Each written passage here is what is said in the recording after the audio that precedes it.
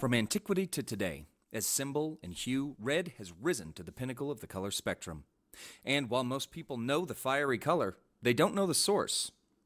The red that colored the world, now showing at the Museum of International Folk Art in Santa Fe, has the answer, and it may surprise you. This is an exhibit, The Red That Colored the World, is about a beetle, a little bug that grew up in Latin America, and when the Spanish came to the New World and found that the Indians in Mexico and Peru were farming or growing the beetle, the Spanish began to realize what an important colorant this was. And they started to export it because Spain controlled everything, of course, in their colonies. And it turned out to be the second most valuable export, second only to silver, from the New World.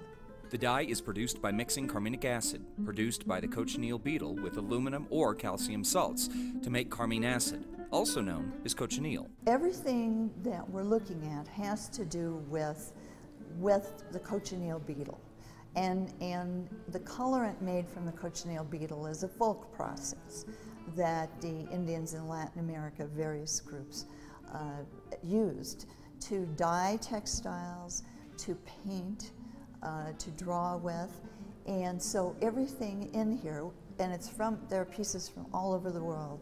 There's folk art, there's fine arts, there's everything that you can hope for, including Zurbaran paintings, Napoleon's chair, but they're all linked together by this red colorant. The colorant is still used in applications to this day to color certain foods, lipsticks, and other surprising products. We put it on when we use lipstick or makeup.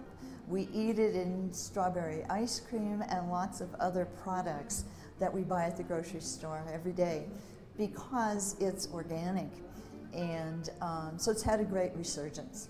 The exhibit offers families the opportunity to get hands-on with cochineal beetle, garments, and so much more. There are lots of activities, yes.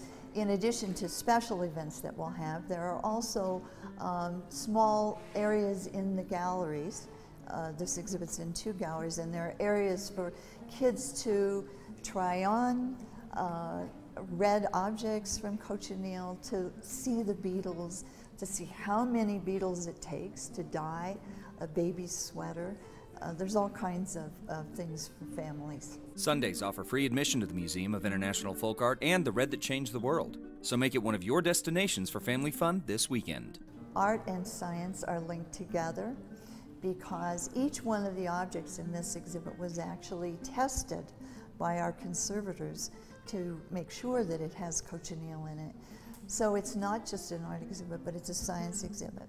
And we want people to learn about this red color that came from the New World and went all over the rest of the world and ultimately came back to the New World. For more information on the Museum of International Folk Art and the Summer of Color, head over to casa.com. And again, the show runs through September 13th at the museum as part of the Summer of Color. Events will be taking place all summer long, so stay with us here on Style throughout the season for much more events.